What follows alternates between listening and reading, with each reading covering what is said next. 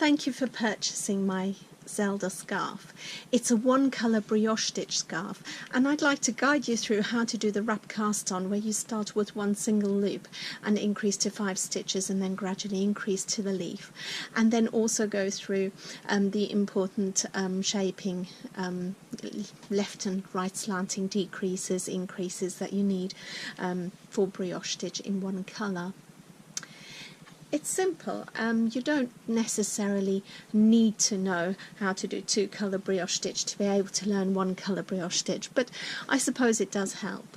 The Zelda scarf is in fact the same as my Glen scarf, which is a 2 colour brioche stitch scarf. So I will demonstrate the Continental yarn hold, and I can do it, but you will notice that I'm not quite as good. I'll try. So instead of a finger you have to use a needle, because obviously you can't hold the loop and also hold the yarn in that hand. So you basically just, oh, it goes this way around, doesn't it? You have the loop around the needle, and then you knit one, you bring the yarn forward, knit into the loop again, yarn forward again, sorry, slipped off, and knit into that loop again, so that you have 1, 2, 3, 4, 5 loops on the needle. When you pull this one out, you can take the tail end and just pull tight, and there you have your 5 loops, the disappearing loop cast on. So this will be considered the wrong side row. With the yarn in front, you slip on purlwise and then take the yarn between the needles to the back,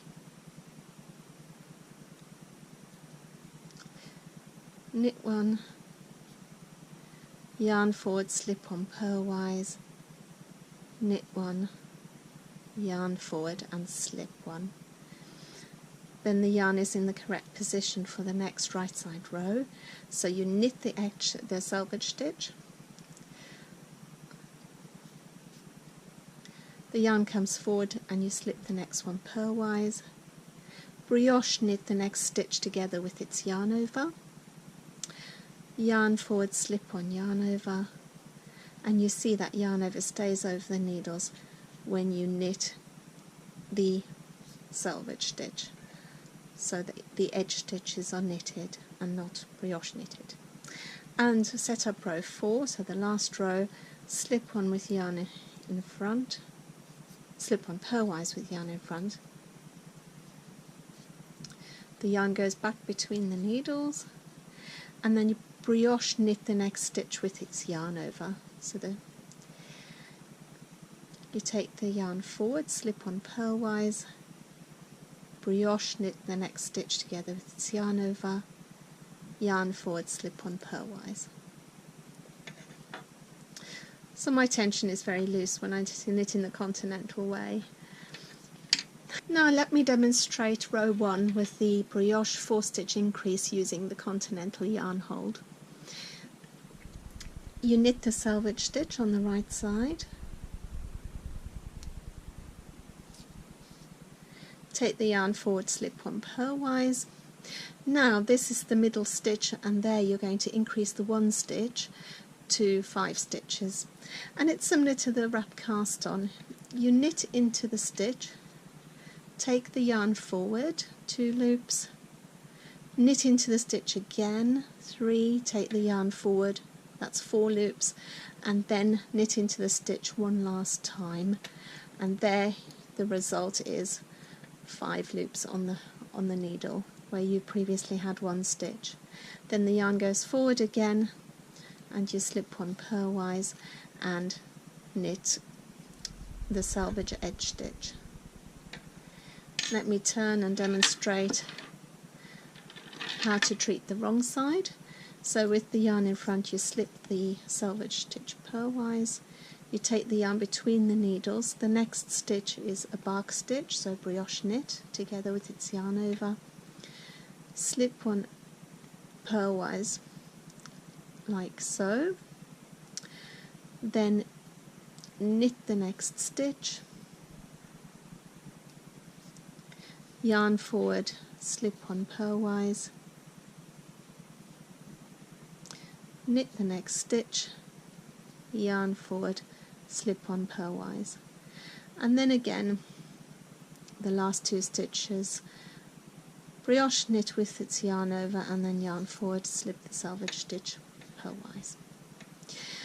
And by so doing you've managed to convert the ordinary loops that you increased, that resulted from the increase, into stitches with yarn overs with the slipped stitches, with the worked stitches in between, so in the normal way. Now for the Continental knitters, 2 colour brioche stitch, one colour brioche stitch, knit the selvage edge, yarn forward, slip on purlwise, brioche knit, slip on yarn over, brioche knit, slip on yarn over,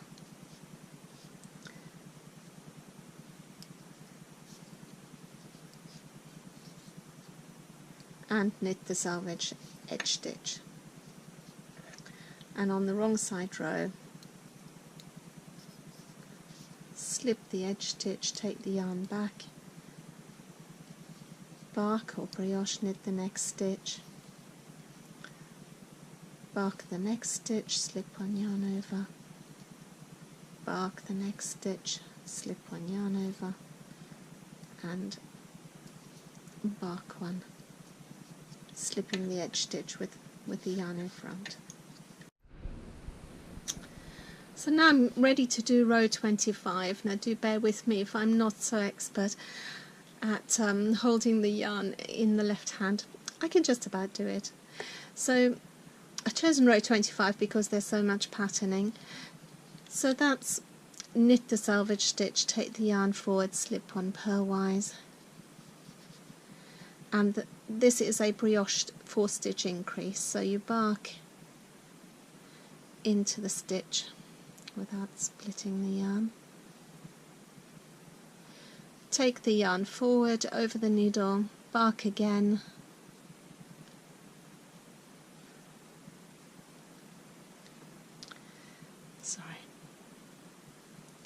so that would be the 3rd loop. I'm sorry, it's slipping off. Take the yarn forward again, bark into the stitch again so that you have your 5 loops on the needle.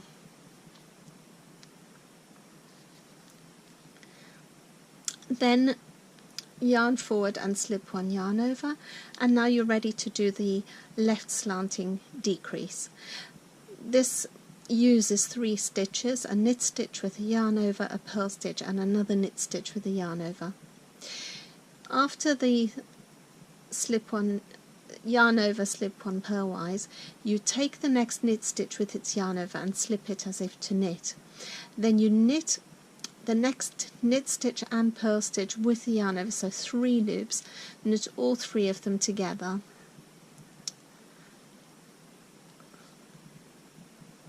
Like so, and then you take the left hand needle and take the slipped stitch with its yarn over and pass it over that loop, and that is the brioche left slanting decrease.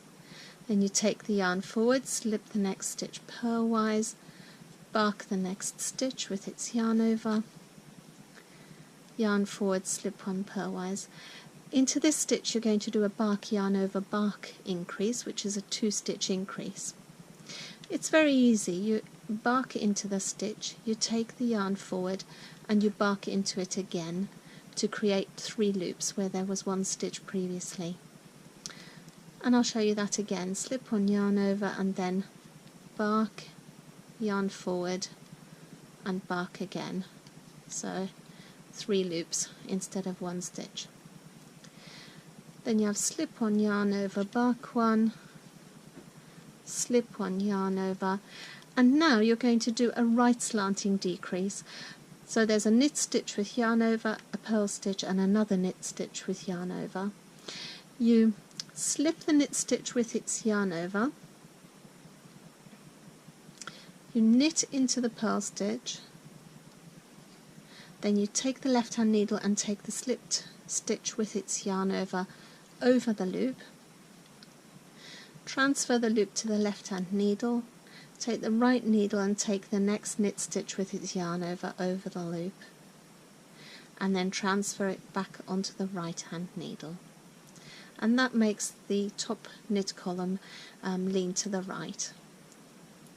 And then again, slip on, yarn over, bark one, yarn forward, slip on, yarn over, and knit the last stitch.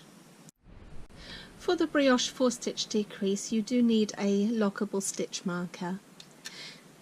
So after the slip-on yarn over, the decrease will involve the next 5 stitches, 1, A, B, C, D and E.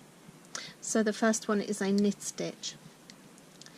What you do is you slip A as if to knit, you slip B as if to knit, then if you take the lockable stitch marker and pass it through C with its yarn over together, lock the stitch marker and then leave the stitch hanging to the front of the work.